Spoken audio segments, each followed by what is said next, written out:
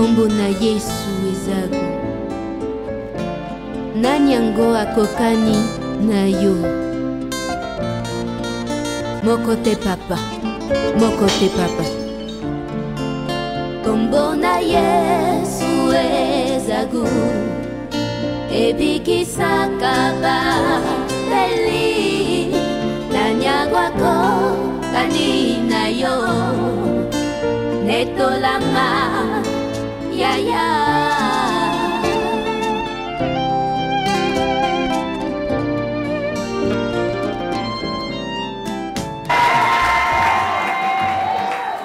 Nous allons prendre notre Bible et nous allons voir comment les gens méditent comme nous. Pourquoi nous pleurons? Mais le thème de mon message, Dieu te relève. Je mets devant toi deux chemins. Nous allons lire dans le livre des Nombres. Nombre 20, versets 14 à 20. Dieu, je te demanderai de suivre le bien. Nombre 20, bien aimé la parole de Dieu. Est-ce que tu es là? Tu peux balancer ta main comme ça. Je veux que tu sois là. Alléluia. De Kadès, Moïse envoya des messagers au roi d'Édom pour lui dire: ainsi parle ton frère Israël. Tu sais toutes les souffrances que nous avons éprouvées. Nos pères descendirent en Égypte et nous y demeurâmes longtemps. Mais les Égyptiens nous ont maltraités, nous et nos pères. Nous avons crié à l'Éternel et il a entendu notre voix. Il a envoyé un ange et nous a fait sortir de l'Égypte. Et voici, nous sommes à Kadès, ville à l'extrémité de ton territoire. Laisse-nous passer par ton pays. Nous ne traverserons ni les champs, ni les vignes, et nous ne boirons pas l'eau des puits. Nous suivrons la route royale sans nous détourner à droite ou à gauche, jusqu'à ce que nous ayons franchi ton territoire. Et Édom lui répondit: tu ne passeras point chez moi, sinon je sortirai à ta rencontre avec l'épée. Verset 19. Les enfants d'Israël lui dirent: nous monterons par la grande route, et si nous buvons de ton eau, moi et mes troupeaux, j'en payerai le prix. Je ne ferai que passer avec mes pieds, pas autre chose. Il lui répondit: tu ne passeras pas. Et Édom sortit à sa rencontre avec un peuple nombreux et à main forte. Ainsi Édom refusa de donner passage à Israël par son territoire, et Israël se détourna de lui. Alléluia. Bien-aimés, le passage que nous venons de lire est tiré du livre de Nombres. Le livre de Nombres, c'est le 4e livre du Pentateuque. Le Pentateuque, c'est cette collection des 5 premiers livres de la Bible qu'on appelle très souvent les livres de Moïse. Alléluia. Et ce livre porte le nom de Nombres. Pourquoi? Parce que quand les enfants d'Israël sont sortis de l'Égypte et quand ils étaient dans le désert, il y a eu ce qu'on appelle le dénombrement, un recensement qui a été fait. Donc, on appelait ça le livre de Nombres, parce qu'il y a un dénombrement qui a été fait 2 fois dans le désert. Les enfants d'Israël ont fait un recensement. Le premier recensement concernait la génération de l'Exode, les gens qui sont sortis avec Moïse. Alléluia. Et le deuxième recensement a concerné ceux qui sont nés dans l'Égypte. Donc le premier recensement s'est fait au pied du mont Sinaï et le deuxième recensement s'est fait dans la plaine de Moab. Alléluia. L'histoire que nous venons de lire se passe, bien aimé, alors que le peuple de Dieu sort de l'esclavage et qu'il est en route pour Canaan. Il arrive dans le territoire de Kadès. Quand vous regardez le découpage, Kadès, c'est un territoire qui fait frontière avec Édom. Et derrière Édom, il y a Canaan. Donc le chemin le plus facile, le plus rapide pour les enfants d'Israël pour arriver à la terre promise, c'est de traverser Édom. Et pour eux, c'est une bonne nouvelle. Parce que Édom, bien aimé, c'est l'autre nom d'Ésaü. Les Édomites, en réalité, c'est les enfants d'Ésaü. Et quand vous lisez Genèse 25, à partir du verset 29 à 30, vous voyez l'histoire d'Édom. Pourquoi on l'appelait Édom? Donc, en réalité, Édom, c'est Ésaü. Vous comprenez? Donc, c'est les enfants de Jacob. qui sont aujourd'hui les Israélites, et les enfants d'Ésaü, qui sont les Édomites. Donc pour eux, c'est facile. Ce sont deux cousins là. Alléluia. C'est deux peuples issus de deux jumeaux. Ésaü et Jacob étaient jumeaux. Vous connaissez l'histoire. Amen. Voilà. Donc, arrivé à Kadès, Moïse envoie une délégation voir le roi d'Édom. Parce que ce temps-là, c'était la guerre. Donc un peuple nombreux, près de 3 millions de personnes, ne peut pas traverser un territoire sans que le roi ne soit informé.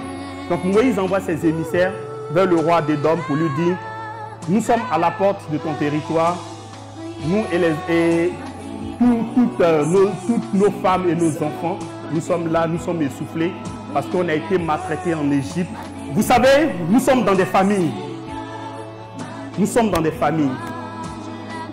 Ce qui est arrivé entre Édom et Israël, c'est parti de la guerre de deux frères. Et chaque parent a eu le temps d'expliquer sa rancœur à ses enfants. Donc ces enfants, ils ne voient plus leurs cousins comme cousins, mais ils voient leurs frères en ennemis. Aujourd'hui, il y a des familles qui sont détruites.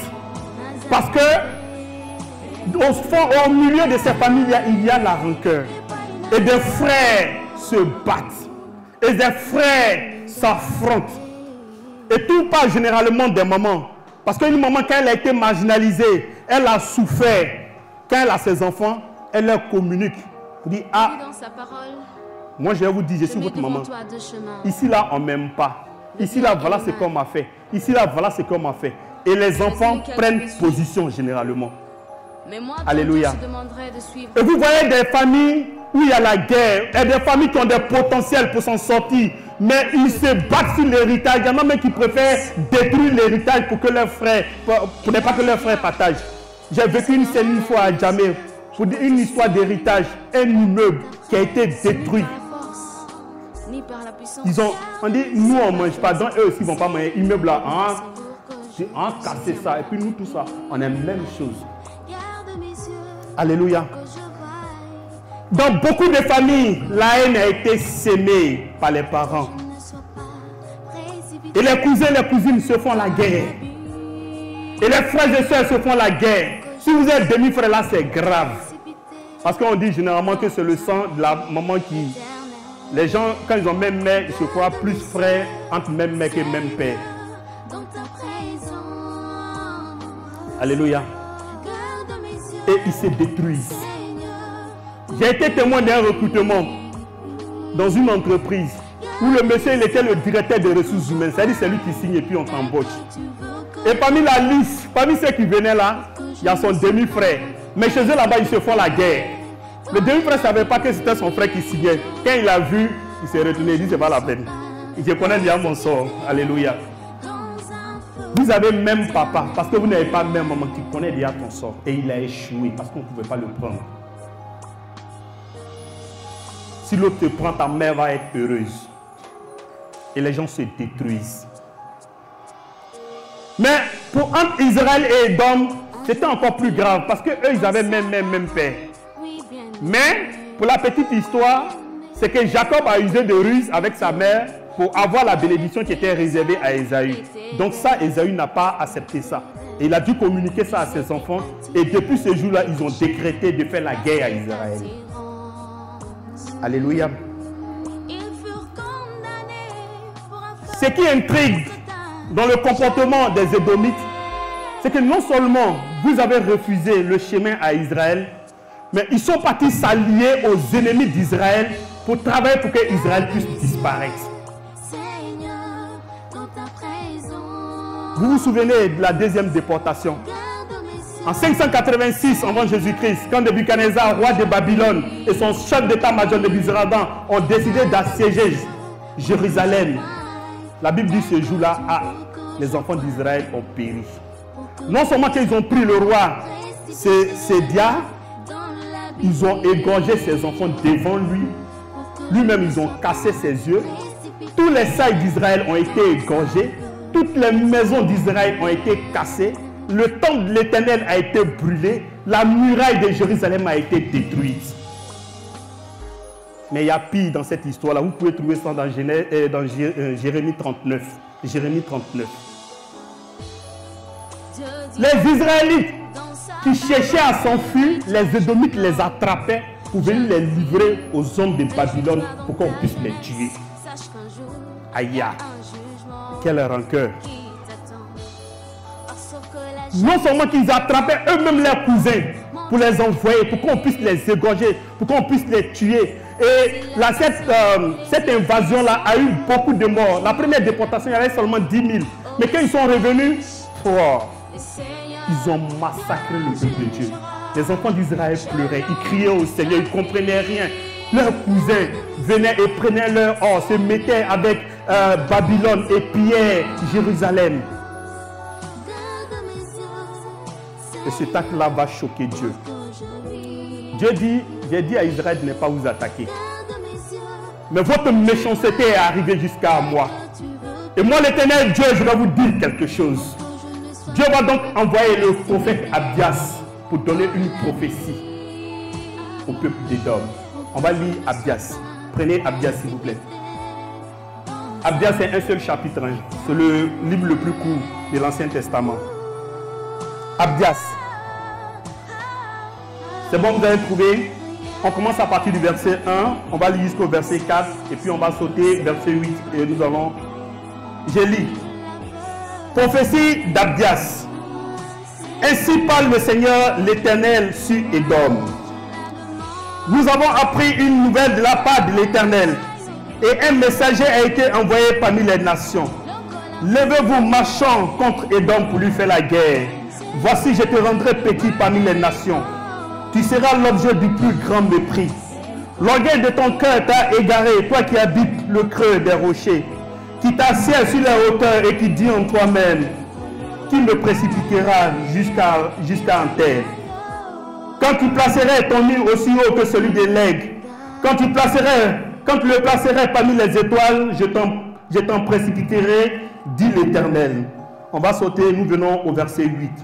N'est-ce pas en ce jour, dit l'Éternel, que je ferai disparaître d'Édom les sages, et de la montagne d'Ésaïe l'intelligence.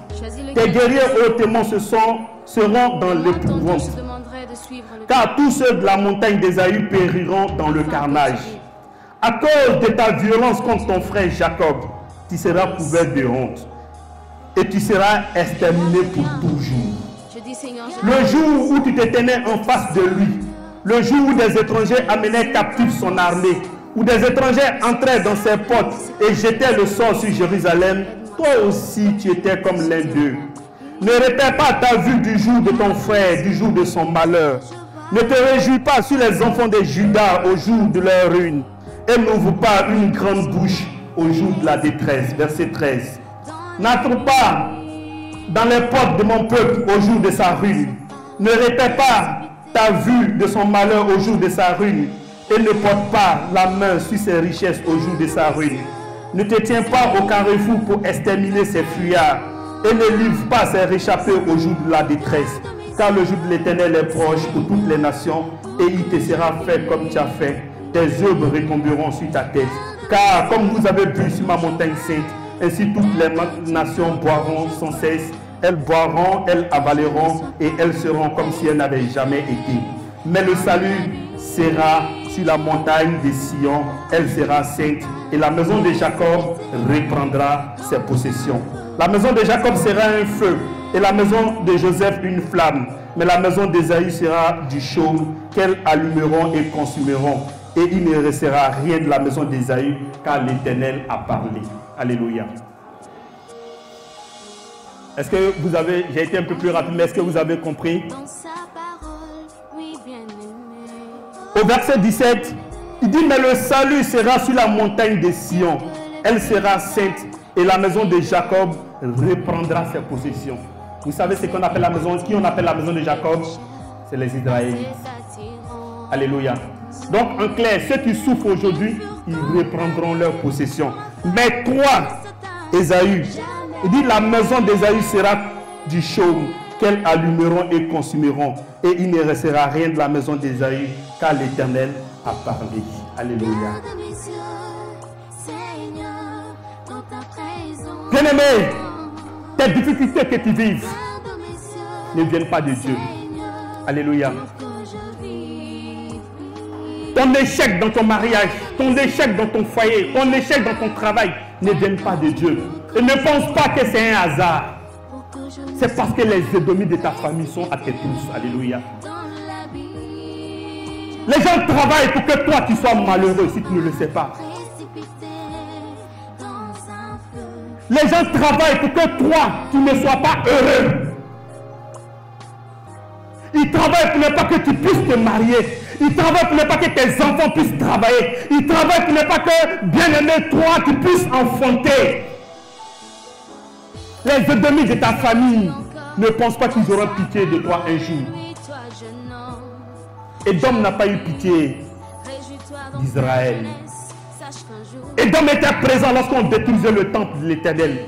Édom était présent lorsqu'on détruisait la muraille de Jérusalem. Édom était présent lorsqu'on égorgeait les enfants d'Israël. Et Édom partait prendre les fuyards pour les emmener pour qu'ils soient tués. Les Édomites de ta famille ne t'acclameront pas, bien-aimé. Tu es là, rien ne va. Il n'y a aucune bonne nouvelle qui vient de toi. Chaque fois, c'est un cas de maladie. Chaque fois, c'est l'échec. Chaque fois, c'est le divorce. Chaque fois, tu ne peux pas enfanter. Rien ne va, bien-aimé. Et tu es là, tu pleures. Ne pense pas. Si tu ne te lèves pas pour crier au Seigneur, ne pense pas que les Édomites de ta famille, ils auront un jour pitié. Édom n'aura jamais pitié. Parce que Édom est né pour combattre Israël. Et les Édomites de ta famille te combattront tous les jours. Alléluia. Comment vous pouvez comprendre un roi, le roi d'Israël, on égorge sa famille devant lui. Et les cousins acclament cela. Et il dit rasez, rasez jusqu'à la racine. Détruisez. On casse les yeux du roi. Il dit c'est bon. Allez-y encore. Les femmes sont éventrées.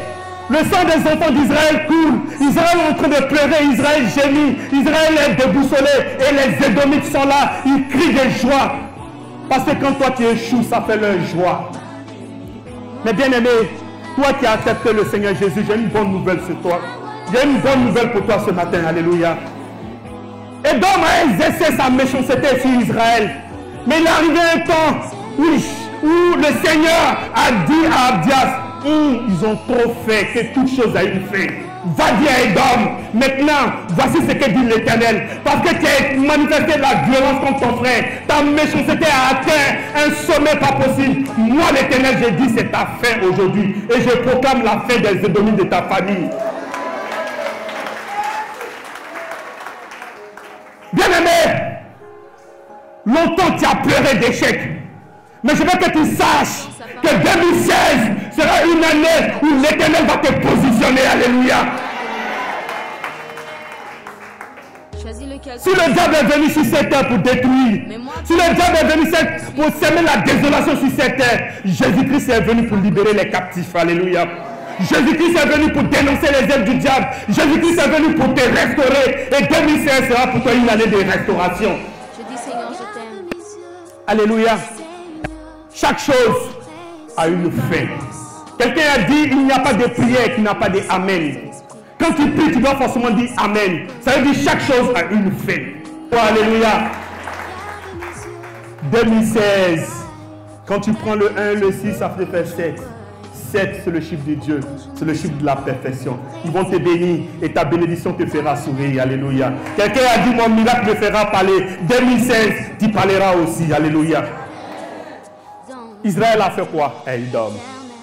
Tu as fait quoi? Pourquoi on te poursuit? Tu as donné de l'argent à quelqu'un parce qu'on t'a dit qu'il est malade. Et cet argent, il va prendre ça, il va mettre ça dans un canari. Et tes activités vont mourir. Et toi et tes enfants, ta famille, vous allez souffrir parce que tu as voulu l'aider. Et il va retirer du plaisir dans ça.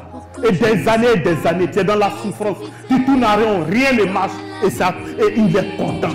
Mais l'Éternel Dieu dit, à cause de ta méchanceté, je mets fin à ton règne. J'ai le témoignage d'un monsieur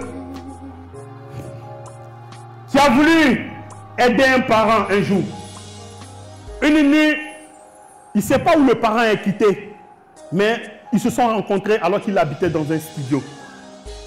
Il dit, il cherche quelqu'un. Le gars lui dit, mais avec le temps avancé, allons chez moi, tu vas dormir. Et puis demain, on va chercher ensemble. Et qu'est-ce qu'il fait? Il pisse sur sur le matelas du monsieur. Et par la suite, le monsieur divorce. Et c'est des années plus tard, il dit, quand tu m'as logé chez toi, il a pissé sur ton lit. Quand il t'a logé chez toi, il a mal fait. Il a mal fait. L'édomite n'attendra pas que tu fasses mal. Tu fais bien, il va utiliser ça contre toi.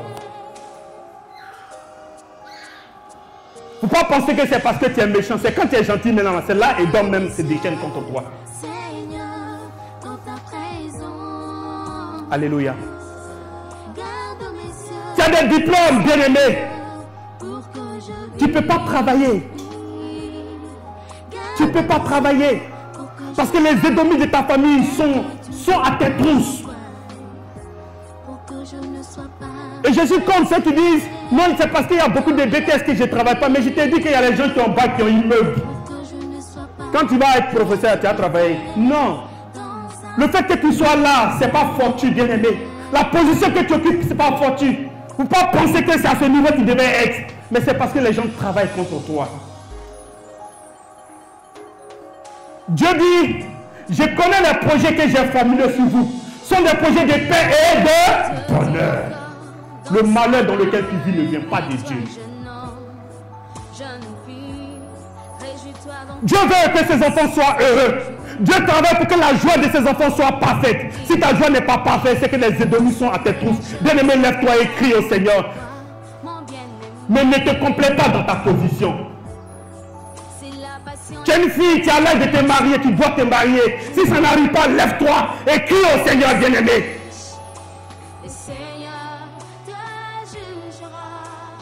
Alléluia.